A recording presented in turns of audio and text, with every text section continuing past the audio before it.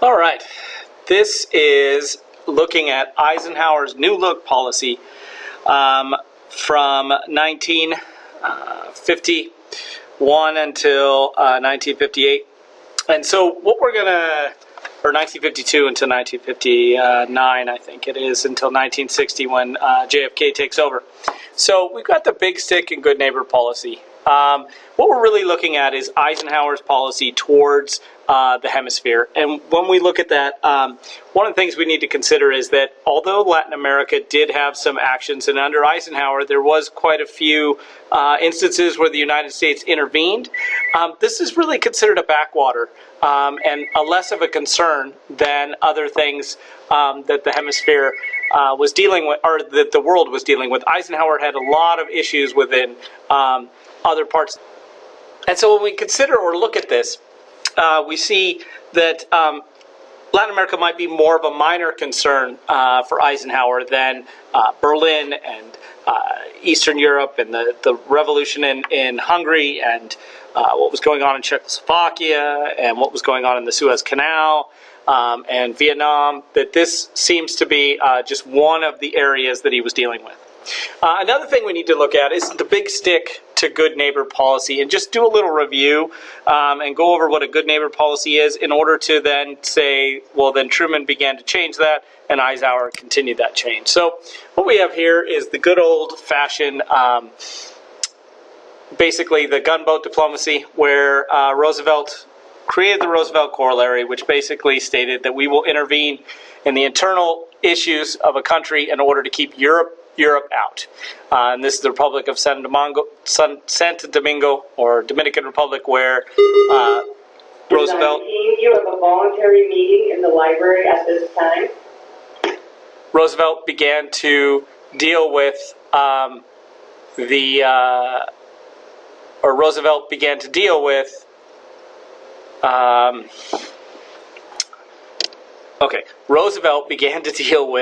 the issues of Santo Domingo by taking over the custom houses. Okay. And to good neighbor. This is FDR trying to create better relations with Latin America. He actually goes on a tour. And most of that was because of the Great Depression and then into World War II, needing allies. But even then, there was a definite change in U.S. foreign policy. So big stick and moral diplomacy. There was 20-some interventions in other countries, sending Marines, taking over custom houses, giving large loans, pushing democracy and then supervising elections. There was just a lot of interventions where the United States kind of put itself and its military into Latin America to force the issue and to support its big business and to support its pushing of democracy in the hemisphere. And then with Panama, taking Panama, making the canal, there's a lot of issues within Latin America where the United States created a lot of resentment and was very interventionist. In 1930, there's a Clark Memorandum, and it was actually when President Hoover was in office. And President Hoover realized or began to see that there was a lot of backlash from Latin America. Latin America did not like the United States, had a lot of hatred towards the United States, and so he wanted to deal with this. And so basically, he had Clark, who was an Undersecretary of State, write a memorandum on the Monroe Doctrine and how they should behave. And Clark basically came around and said that the Roosevelt Corollary and putting troops in countries and this type of thing is not what the Monroe Doctrine said. The Monroe Doctrine said both Europe and the United States will be hands-off Latin America. And so if we are going to stay with the Monroe Doctrine, we need to change our approach. That then is taken further by Roosevelt. In 1932, Hoover removes troops, then Roosevelt continues that, and all the troops are removed by 1934 from the hemisphere, from countries in the hemisphere. There was over 4 different countries where U.S. troops were. 1933, Roosevelt goes further than the Clark Memorandum and basically announces a U.S. policy, new policy in Latin America. No nation has the right to intervene in the internal and external affairs of another nation, and the United States commits to this. The United States commits to a non-intervention policy. In 1934, they repeal the Platt Amendment. And that's a complicated situation. They kind of use it in order to kind of manipulate the government in Cuba. We'll talk about that later. But either way, they repealed the Platt Amendment, basically saying that we are no longer going to intervene in Cuba. 1936 to 1944, there are examples where they renegotiate the Panama Canal to give Panama better rights and more of inclusion within the money-making capacity of the canal. Bolivia, which was nationalized its oil revenues, basically nationalizing. In Bolivia's case, they offered money but they expropriated it. They paid the tax value and took the oil from Standard Oil. Now, the United States decided not to do anything. Well, then Mexico did it, and Mexico actually has a lot of oil. And so they had to negotiate, but they did not use troops. Mexico had to pay more than what was on the tax revenues to Standard Oil, but the United States decided not to intervene and forced Standard Oil to negotiate and to deal with the fact that Mexico wanted its raw materials back. And so that leaves us here where we go from good neighbor now to Truman, who did not do much intervention, but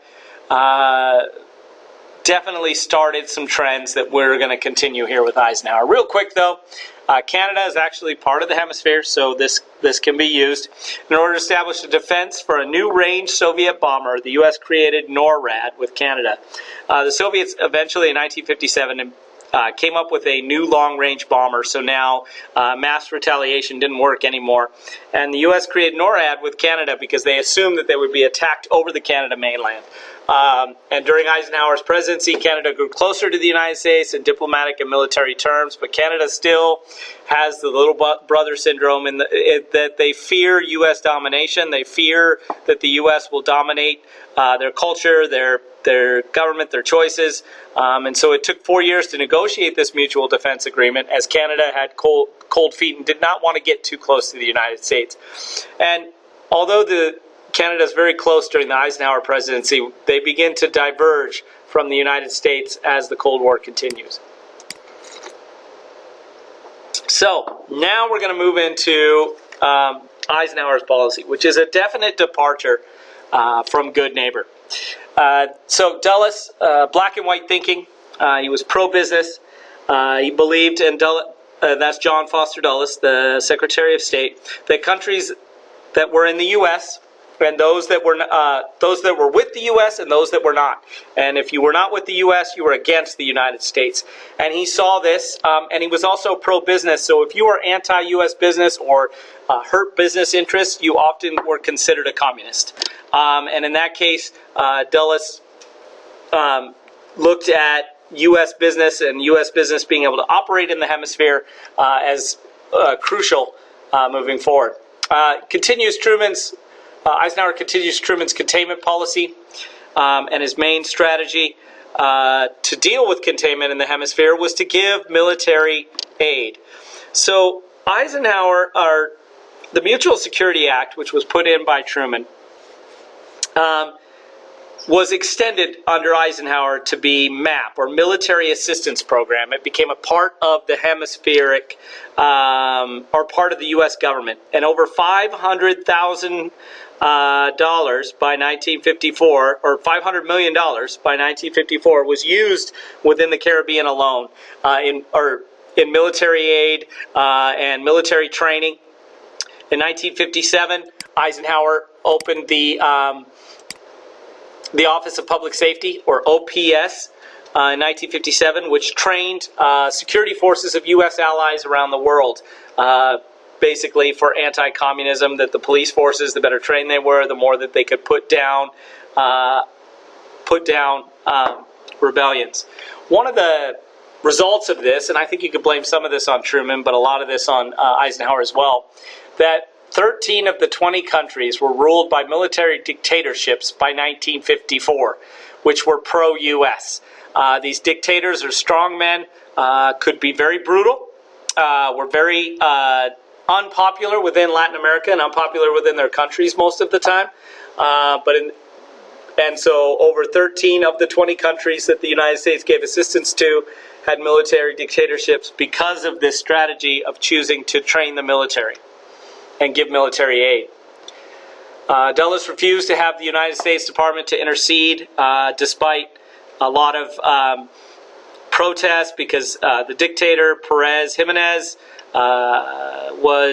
had political prisoners and had thousands of political prisoners in prison. Was hoping to remove those people.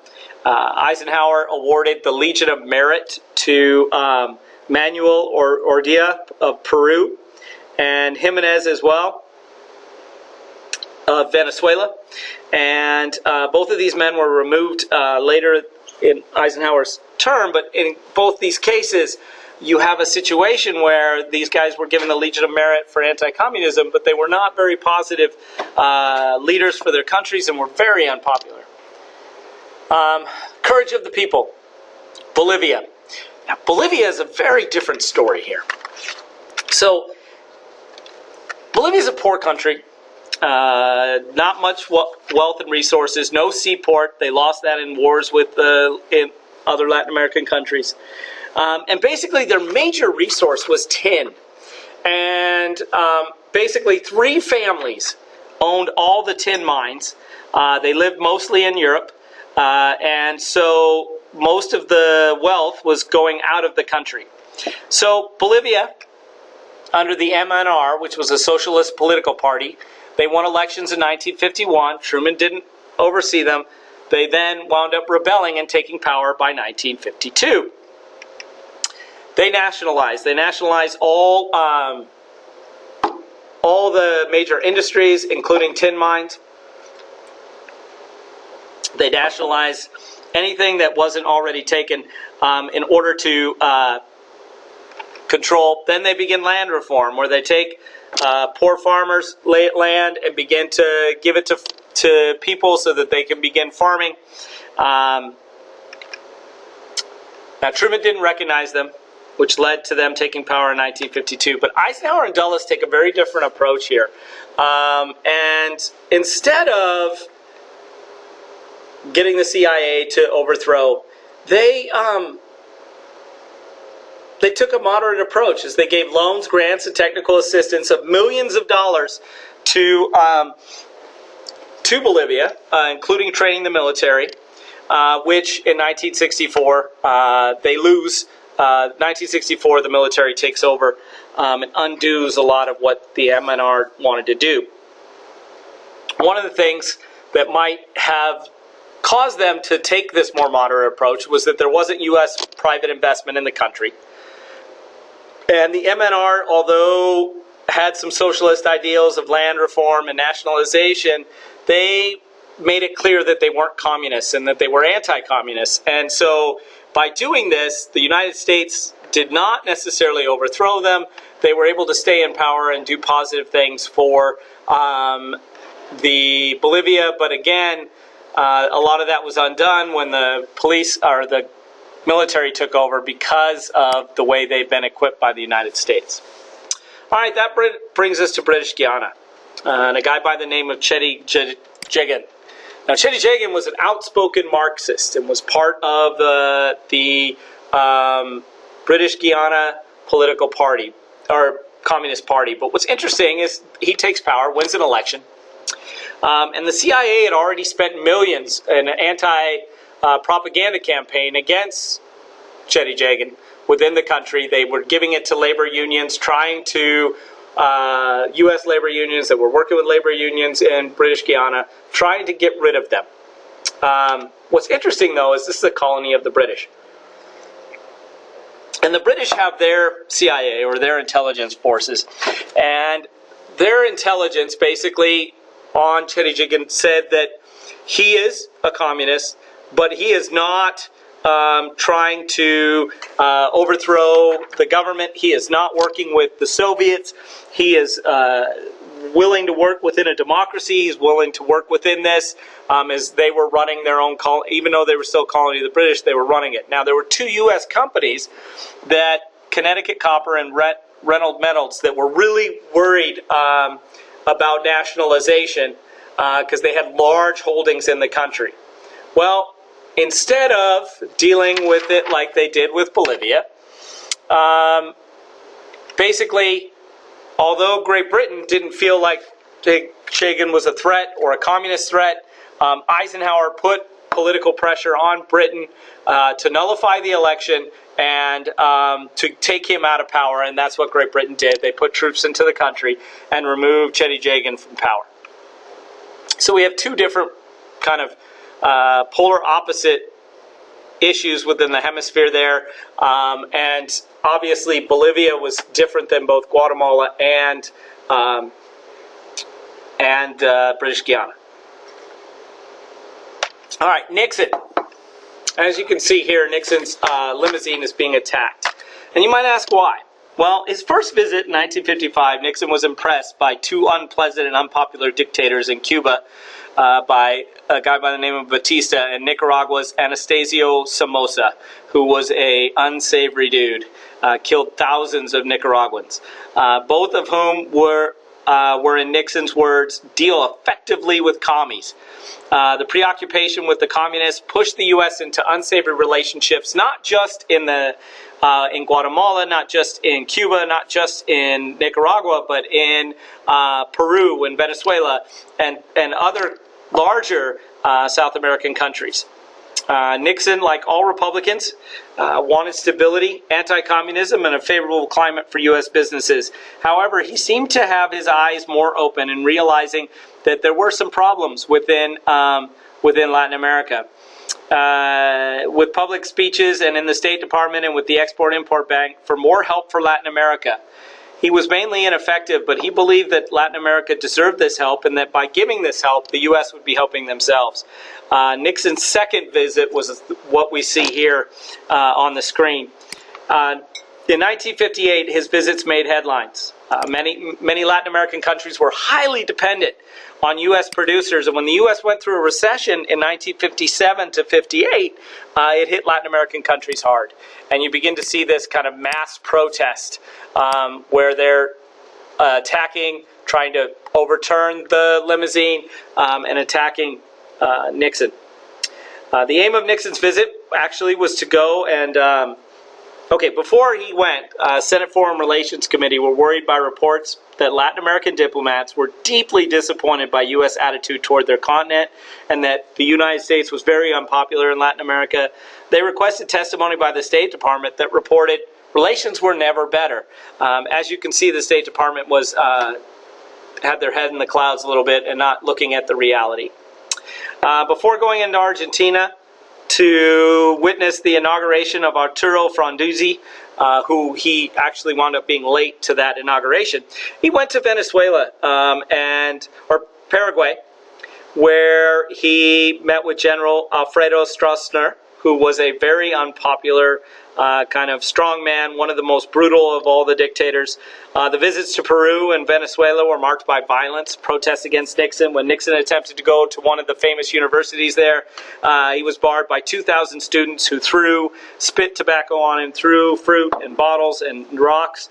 And Nixon basically tried to walk through this mob. He had to turn around and retreat to a more conservative university where it was a little bit more friendly. But in Caracas, Venezuela is when really it became a big deal or a big problem by 4,000 strong mob trying to overturn Nixon's limousine, shouting death to Nixon. When Eisenhower heard about this, he sent the fleet down there with an aircraft carrier to hopefully airlift Nixon out. But Nixon told him not to do this. As soon as he heard about it, he said to not do this because all we're going to get is more negative backlash. And people felt like Eisenhower was using gunboat diplomacy again. In both of these countries, they had ousted brutal dictators, and that is why so many people were angry with the United States, not just for the economic conditions, but also because they supported these dictators that took away their rights, took away their freedoms, and forced them into these, and the U.S. forced on them these corrupt dictators, and were seen basically as part of U.S. foreign policy. Nixon afterwards said it was not enough to curry favor with leaders of Latin America, but we need to work with the people. And you can see in these pictures that, yes, the people were the ones that were really upset. All right, before we go to Bay of Pigs, I want to talk a little bit about Juscelino Kubitschek and his Operation Pan America. Was for the U.S. to give low-interest loans to Latin American countries to diversify their economies and build infrastructure.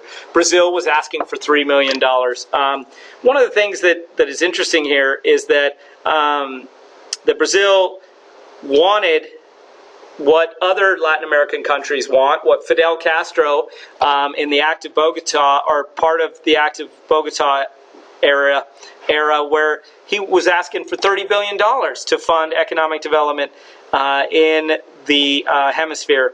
We look at all the money that was spent on overturning governments, on supporting these corrupt governments. Would it have been better to spend a little bit more and create some economic or establish some economic development? At the same time, as Eisenhower didn't want to do this, he did, however, establish the Inter-American Development Bank in 1959 and gave them $1 billion to give out low-interest loans to Latin American countries. All right, what you see here is the Bay of Pigs invasion. Now, the Bay of Pigs invasion happened on Kennedy's watch.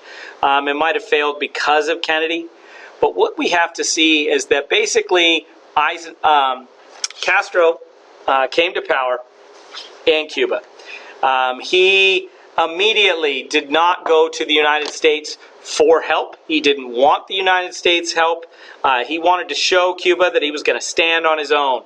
He did visit the United States in 1959. He was asking for, but he did not ask for U.S. aid, wanted to show Cubans that he would be the first Cuban leader since Jose Marti to not be subservient to the United States. The U.S. had dominated the economy of Cuba. They produced 40% of Cuba's sugar, controlled 36 of its 161 sugar mills, operated 2 of Cuba's 3 oil refineries, and 90% of its public utilities and 50% of its tourism industry. The United States was in control of Cuban economy. So he understood that Cubans wanted their national dignity restored. Without aid, Cuba could not afford to compensate North American planters whose property in Cuba was expropriated.